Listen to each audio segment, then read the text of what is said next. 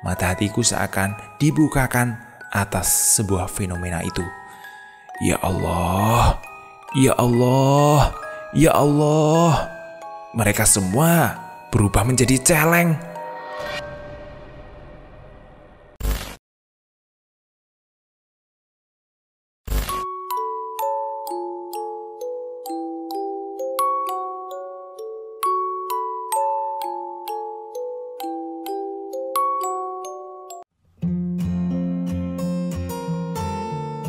Assalamualaikum warahmatullahi wabarakatuh.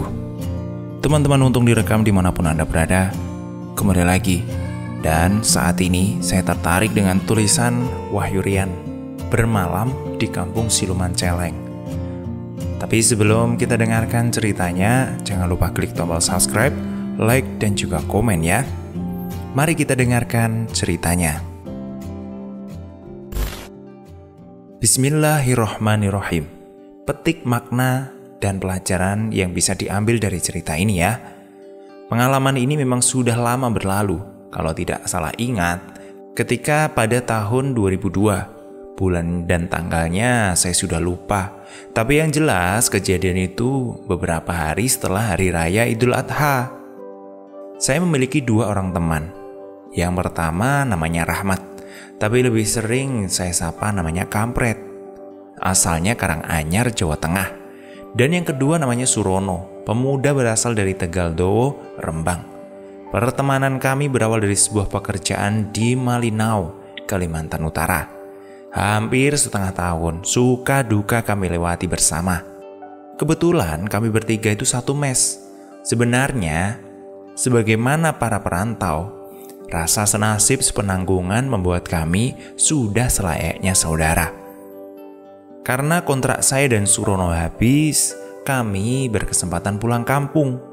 Meski sebenarnya ada tawaran untuk kembali terbuka lebar bagi kami, namun kami sepakat untuk tidak balik ke sana lagi. Selang 2 atau 3 minggu kemudian ternyata Kampret pun menyusul pulang karena selesai juga kontraknya. Karena sudah janji sebelumnya, ketika pulang Kampret akan mampir dulu di rumah saya Tuban. Setelah sehari kemudian, kami diajak ke rumahnya di Klaseman, Karanganyar. Setelah 2 atau 3 hari di rumahnya, kami berencana ke rumah Surono di Ngunem, Rembang. Dengan berboncengan motor dari Solo, saya dan Kampret menyusuri jalan lenggang bertepikan hutan menuju Tegaldowo. Saya dan Kampret sama sekali tidak paham daerah itu. Sama-sama baru sekali, mungkin kalau dari Tuban saya agak paham. Jangan tanya ya kenapa tidak pakai internet atau pakai Google Map. Karena saat itu belum ada. Kalaupun kami pakai HP, hasil dari kerja kami itu cuma mampu beli Nokia 3315 yang kalau getar, kayak gempa. Memasuki hutan itu benar-benar membuatku terasa aneh dan nampak temeram karena tinggi pohon jati berukuran 5 pelukan orang dewasa. Ditambah lagi jalan aspal yang lebarnya sebadan truk. Berkelok-kelok menghindari bukit-bukit padas mengular. Tak ada rumah hampir sepanjang 5 km. Saya teringat waktu saya kecil diajak bapak ke Randu Blatung via Blora, 20 km Jati Perawan. Rumah yang saya temui hanya rumah panggung khas Polihutan, yang lain sama sekali tidak ada. Keadaan yang saya lewati hampir sama persis, dan untungnya saya dan Kampret sudah sempat mampir makan bakso di pertigaan Besiun Jepun. Jadi kami tidak terlalu kelaparan, walau sebenarnya perut sudah memberikan kode siaga. Kok nggak sampai-sampai ya? Keluh Kampret padaku. Merasa penat di pantat sejak dari Solo menuju lokasi ini. Sebentar lagi lah, bentar lagi juga nyampe kok, hiburku. Jangan-jangan petunjuknya Surono itu salah. Enggak mungkin itu. Lah ini bener kok arahnya ke sini, jawabku. Kampret nampak tidak puas dengan jawabanku, tapi dia tidak membantah. Lol, kamu enggak ngerasa? Keadaan semakin mistis ini loh. Sejak kita masuk belokan ke pertigaan dari pos polisi hutan tadi, perasaanku rasanya enggak karuan. Sejak masuk lintasan portal tadi, Maksudmu di pertigaan yang ada palang pemeriksaan dan ada polisi tidurnya tadi toh? Iya bener di situ. Memang sih, kayaknya dikasih palang itu supaya truk gak diizinin lewat, kataku beralasan agar tidak terpancing perasaan mistis. Meski saya sendiri juga merasakan hal yang sama. Coba Dalul, kamu nalar saja. Masa 10 km gak ada rumah? Hutan terus isinya. Pohon jatinya besar-besar gak lazim di Jawa. Kok kayak di Malinau ya rasanya ya. Tapi saya nggak mau mengiyakan kata kampret itu, meski akal saya merasakan yang sama. Lah yo wajar toh, kita masuk hutan lindung, hutan larangan, sehingga hutannya masih perawan. Lah nggak pernah dijamah sama orang kok. Jangan berpikir aneh-aneh lah, yang penting kita sampai ke sana. Kata hutan larangan malah menggelitik pikiranku. Jangan-jangan hutan larangan itu maksudnya tidak boleh ke situ.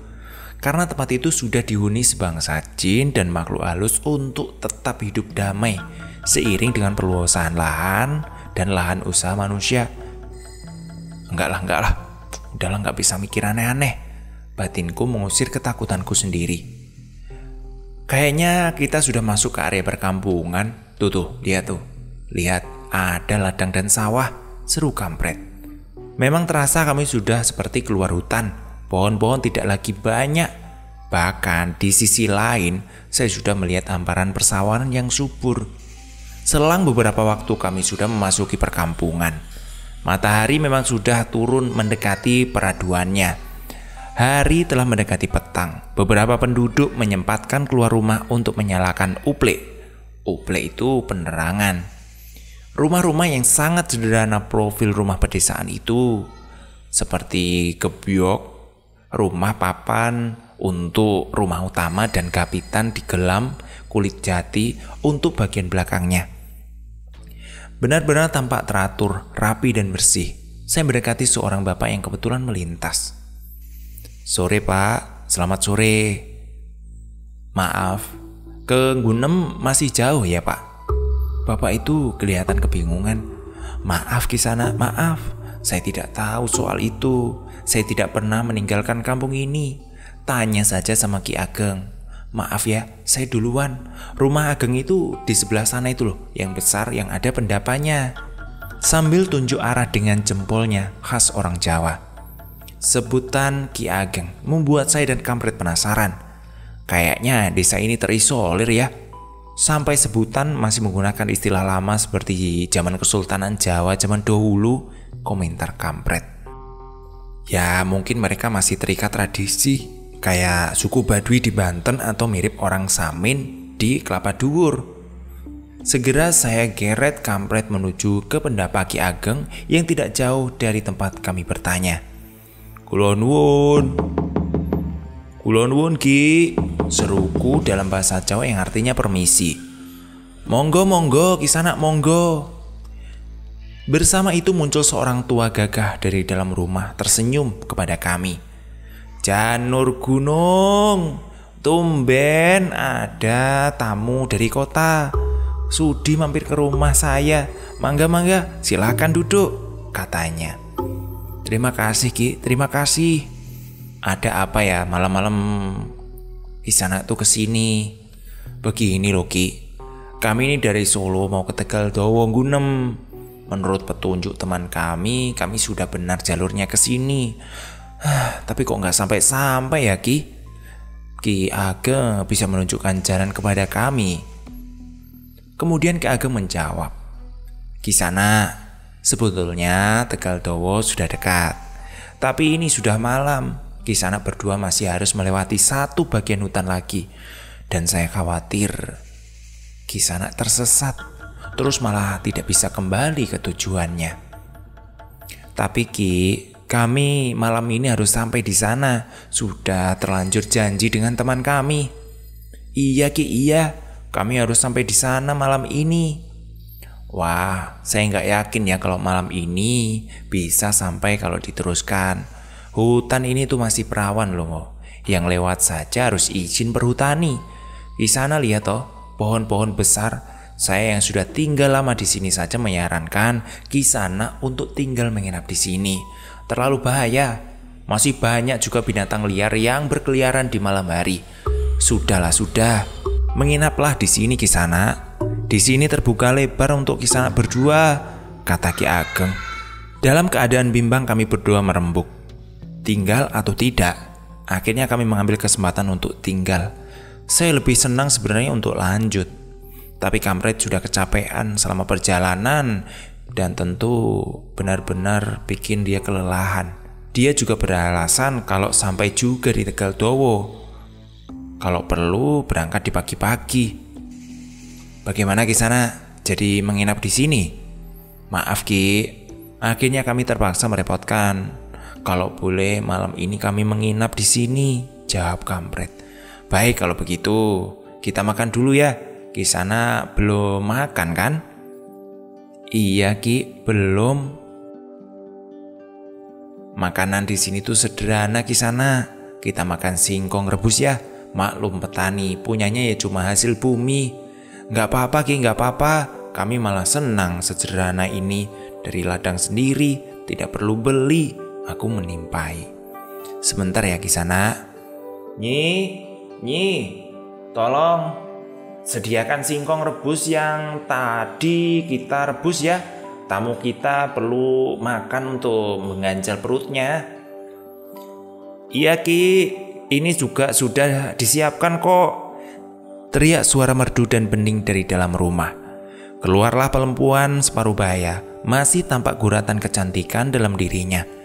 Dari warna kulit yang langsat, saya hampir yakin kalau Nyi Ageng ini kalangan ningrat.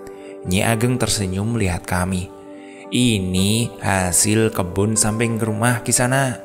Semua masih alami, tidak pakai pupuk-pupuk buatan pabrik loh. Silakan dinikmati Kisana, mumpung masih hangat. Nyaman ya Ki, suasananya di sini aman, tentram, damai. Yang ada hanya suara jangkrik, ujarku sambil merasakan hangatnya singkong dan secangkir kopi. Ya beginilah Kisana. Kalau tinggal di desa itu ya sejuk. Apalagi kalau bulan purnama, cerah, tenang, dan angin semilir menyejukkan. Tapi kok gak ada orang sama sekali ya Ki yang keluar rumah, jagong atau ngobrol atau apa begitu. Ya setidaknya ada suara radio atau TV, tanyaku menyelidiki. Memang saya rasakan dari tadi kok rasanya sepi-sepi saja. Tapi seperti layaknya dukuh modern, orang berlarian ke sana kemari, bahkan nonton TV tidak ada. Ini agak benar-benar membingungkan. Di sini itu tidak ada TV, radio atau mungkin hiburan lain Kisana. Paling wayang, itu pun yang nanggap juga orang lain. Kalau hari biasa ya begini nih, sunyi, sepi. Dari tadi saya juga merasakan gak lihat ada aliran listrik Toki. Setahuku hampir 80% Jawa sudah dialiri listrik, tapi kok di sini nggak ada ya? Memang begitulah masyarakat di sini Kisana. Kami memiliki aturan dan budaya sendiri yang wajib ditaati kalau mau selamat. Kata selamat membuatku agak bergidik. Sepertinya kampung ini punya rahasia sendiri atau memiliki aturan sendiri yang harus ditaati. Kampung ini ada ketentuan. Kalau tengah malam, seluruh kampung harus gelap gulita. Semua lampu harus dimatikan dan tidak boleh ada tamu. Dan makanya tadi Kisana diarahkan sama penduduk sini untuk menghubungi saya. Karena kalau terpaksa, hanya saya yang boleh memutuskan tamu boleh datang atau tidak. Berhubung Kisana tersesat dan sudah malam, justru saya yang minta Kisana tinggal. Sebab di luar kampung ini saya tidak bisa menjamin keselamatan Kisana. Karena Kisana bukan penduduk asli di sini.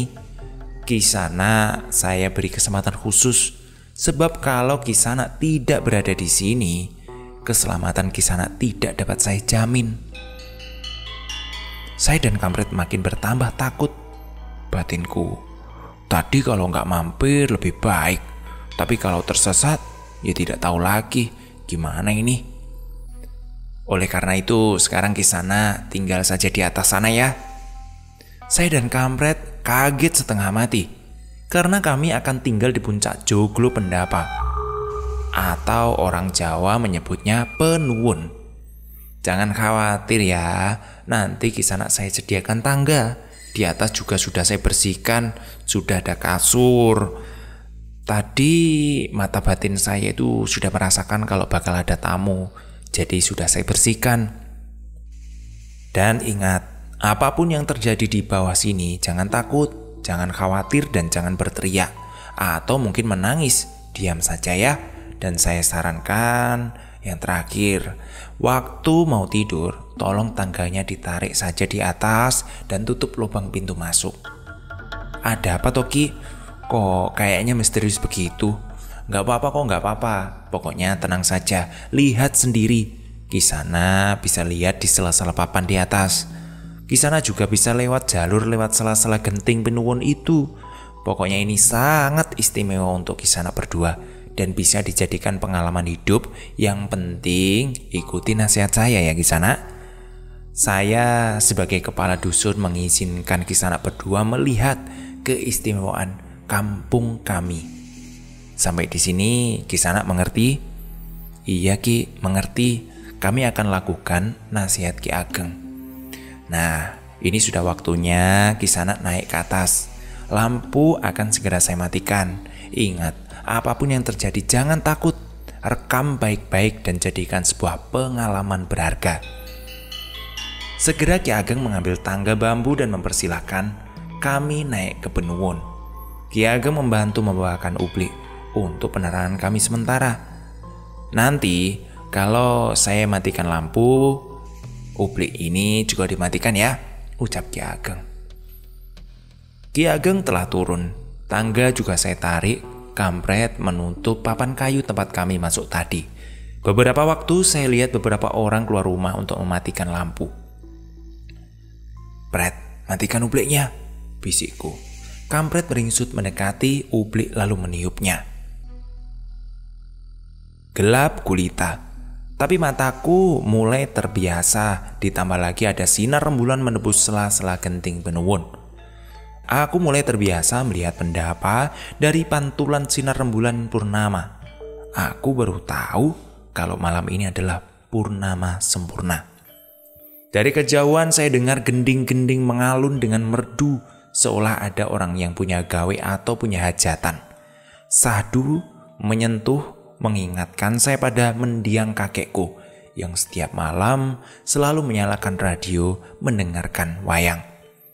Rasa-rasanya ada yang berdiri tapi bukan keadilan. Ternyata bulu kudukku meremang, berdiri merinding. Sepertinya jiwaku merasakan sebuah fenomena lain yang tak lazim. Ada hawa mistis yang merebak seiring dengan angin malam yang menusuk khas hutan jati. Beriring bau bunga jati yang mulai berjatuhan di terpa angin malam. Sangat khas dan tak terlupakan. Demikian juga dengan perasaan Kampret. Bercampur aduk antara takut, khawatir, merinding, dan tertekan. Ia merasakan bahwa dirinya berasa di alam lain yang penuh misteri. Setiap kali ia menarik nafas, terasa bergemuruh di telingaku seakan turut merasakan gejolak batinnya. Dalam kilasan bulan purnama yang kian sempurna itu menunjukkan bahwa waktu hampir tengah malam. Saya benar-benar melihat dengan jelas Ki Ageng keluar rumah bersama Nyi Ageng. Mesti agak remang-remang, tapi benar-benar aku melihatnya. Saya lihat juga para penduduk kampung mulai keluar rumah bersama istri dan anak-anak mereka. Mereka berkumpul di tengah lapang yang tak jauh dari Pendapa. Gending Jawa berkumandang semakin jelas, tapi semakin tidak jelas dari mana asalnya. Sanubariku terasa teriris seiring dengan alunan rebab yang mengalun kian meninggi. Terdengar lolongan anjing bersahutan menambah alunan mistik. Terasa mendera siapapun yang mungkin mendengarkan saat itu. Saya kira Kampret merasakan hal yang sama seperti yang saya rasakan. Memang sedari naik ke Penuwun, ia terdiam 1000 bahasa. Tiba-tiba entah dari mana datangnya, kabut tipis mulai melingkupi lapangan tempat Ki Ageng dan penduduk berkumpul. Atas pimpinan Ki Ageng, semua orang duduk bersimpuh, menundukkan kepala dengan pelan tapi pasti. Terjadi perubahan pada gerak tubuh mereka, termasuk Ki Ageng. Saya tidak dapat melihat. Jadi apa mereka dalam perubahan itu? Terasa semua sarafku menegang karena takut sekaligus takjub. Kampret yang ikut memperhatikan mulai pelan-pelan menempel di sebelah saya. Terasa tubuhnya penuh keringat dingin. Meski saya takut perubahan itu, tetapi proses itu tetap saya perhatikan dengan seksama. Kabut tipis itu mulai bergerak dan saf ke saf. Dari depan ke belakang, meliuk dan melikupi semua orang. Mata hatiku seakan dibukakan atas sebuah fenomena itu. Ya Allah, ya Allah, ya Allah. Mereka semua berubah menjadi celeng. Sudah dulu ya ceritanya. Besok kita lanjutkan lagi. Seru. Terima kasih buat Wahyu Rian. Sampai jumpa. Assalamualaikum warahmatullahi wabarakatuh.